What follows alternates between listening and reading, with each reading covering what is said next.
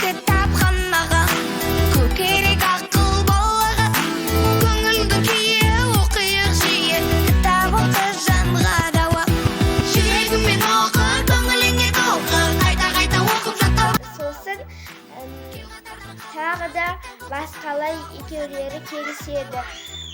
Өз Аюға сабағын беріп, өзіне тамырын алады да, тағы да екеулері келіседі. Сосын Аю сабағын алып жейді. Сосын ол ары қарай өз жөніне кетеді. Өзгерт, өзгерер кез келіп кітап оқы жанға дауа.